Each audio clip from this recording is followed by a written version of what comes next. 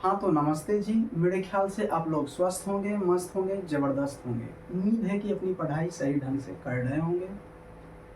बच्चों, आज हम लोग देखने वाले हैं आपदा प्रबंधन। और आपदा प्रबंधन आपकी जानकारी के लिए बता देना चाहता हूँ कि आपदा प्रबंधन में आपके बिहार बोर्ड कुल 6 अंक के प्रश्न पूछते हैं। और इन 6 और आज हम लोग आपदा प्रबंधन में पढ़ने वाले हैं लेसन 1।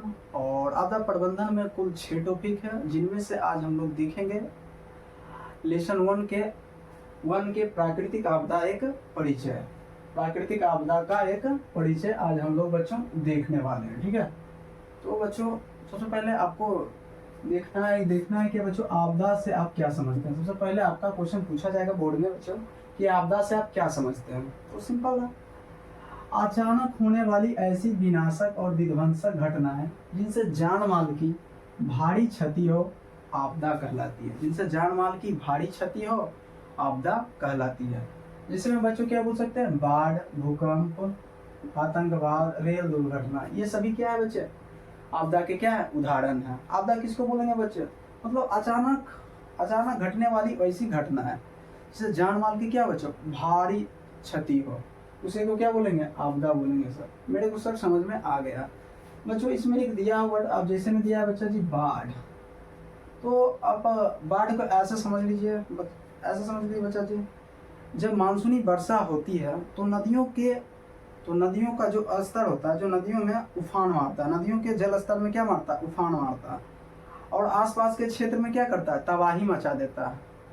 ऐसा स्थिति को हम क्या बोलेंगे बच्चा जी, बाढ़ बोलेंगे। ऐसे स्थिति को क्या बोलेंगे, बाढ़ बोलेंगे। मेरे ख्याल से आपको बाढ़ समझ में आ गया होगा।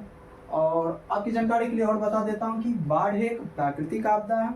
ठीक है, और बाढ़ों का देश बांग्लादेश को कहा जाता है। वो से बाढ़, वो से बांग्लादेश। आप ऐसा याद रख सकते हैं कि बाढ़ों का देश बच्चा किसको कहा जाता है, बांग्लादेश को कहा जाता है। ठीक है, ये भी आपने समझ गया। और दूसरा आपको समझना है भूकंप। ठीक है, दूसरा एग्जाम्पल दिया है भूकंप। तो भूकंप को आप ऐसे समझिए, पृथ्वी के थर्राने या कांपने की घटना को हम क्या बोलेंगे बच्चा जी, भूकंप बोलेंगे। भूकंप भी क्या है बच्चा जी, एक प्राकृतिक आपदा है। भूकंप भी क्या है, एक प्राकृतिक आपदा है। ये आपको मेरे ख्याल से आता ही होगा। और अब भूकंप का मापन जो होता है आप रिएक्टर स्केल द्वारा कर सकते हैं। भूकंप का मापन इसके द्वारा कर सकते हैं बच्चा, रिएक्टर स्केल द्वारा कर सकते हैं। और ये जो भूकंप है, तो बिहार में सबसे विनाशकारी भूकंप कब आया था बच्चा जी, 1934 ईस्वी में। बिहार में सबसे विनाशकारी भूकंप कब आया था, 1934 ईस्वी में। इसे भी आप याद कर लीजिएगा। ठीक है, और इसका अगला एग्जाम्पल है आतंकवाद, रेल दुर्घटना। मेरे ख्याल से ये आप जानते ही होंगे। ठीक है, आपदा कितने प्रकार के होते हैं बच्चा जी, आपदा आपका 2 प्रकार के होते हैं। कितने प्रकार के होते हैं बच्चा जी, 2 प्रकार के होते हैं। हाँ सर, हमको समझ में आ गया।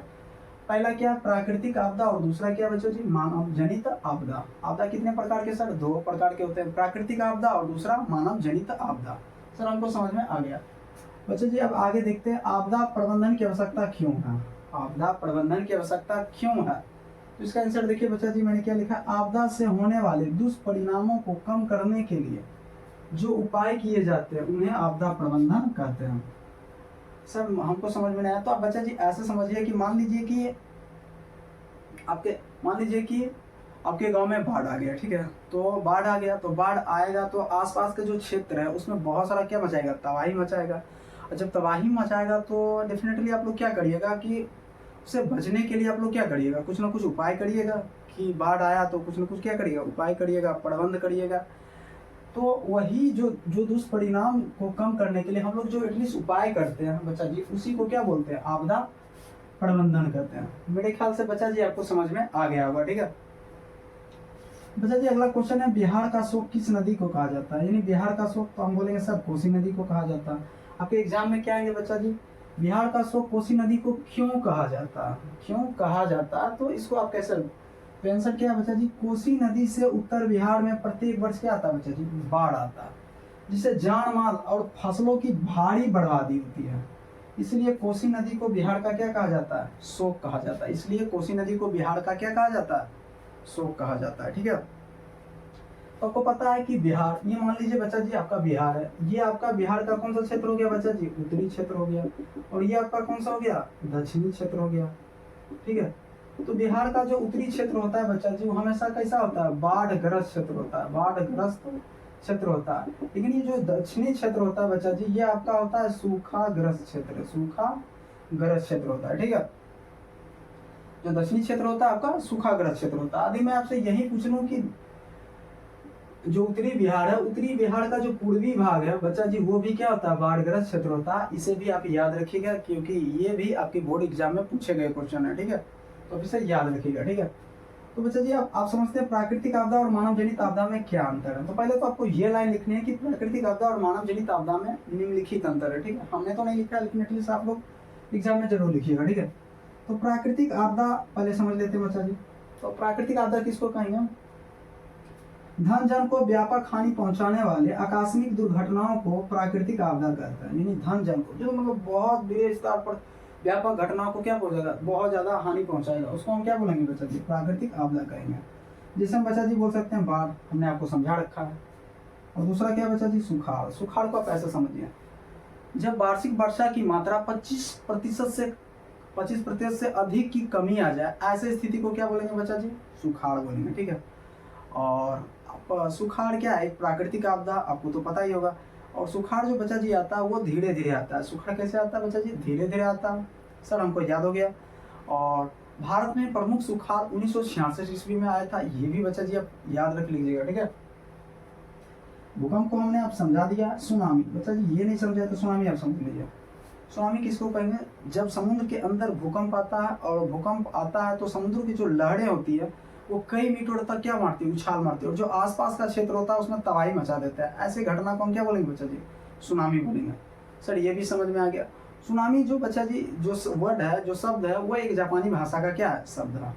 और आपकी जानकारी के लिए एक चीज और बता देता हूँ कि सुनामी जो है ना, बंगाल की खाड़ी में 26 दिसंबर 2004 ईस्वी को, 26 दिसंबर 2004 ईस्वी को भयंकर सुनामी आया था बंगाल की खाड़ी में। इसे भी आप याद रखिएगा, ठीक है।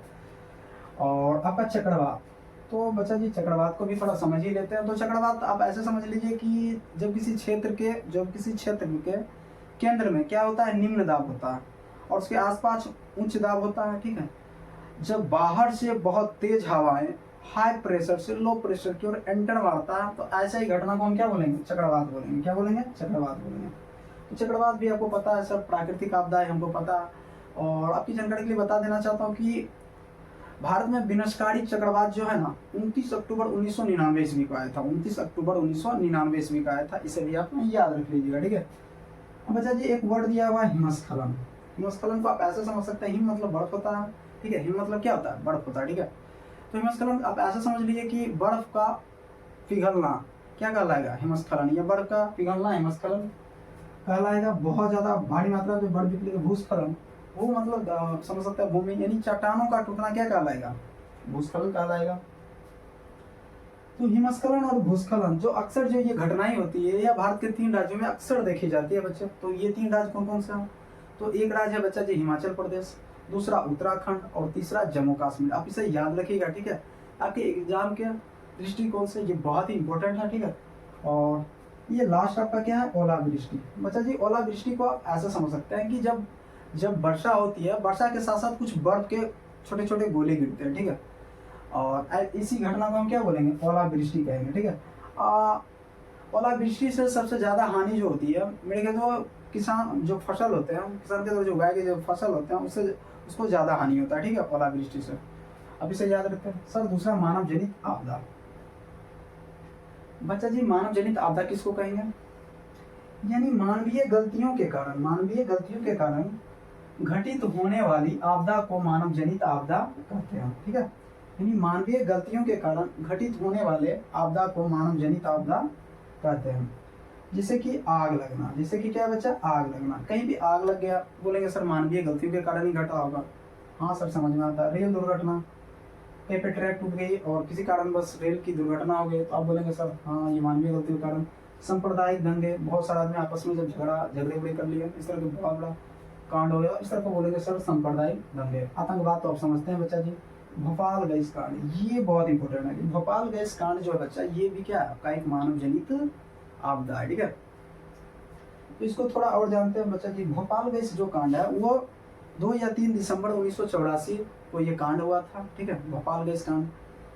भोपाल गैस कांड में एक फैक्ट्री था यूनियन कार्बाइड नामक एक फैक्ट्री था बच्चा, ठीक है। भोपाल गैस कांड में यूनियन कार्बाइड नामक एक फैक्ट्री था जिसमें MIC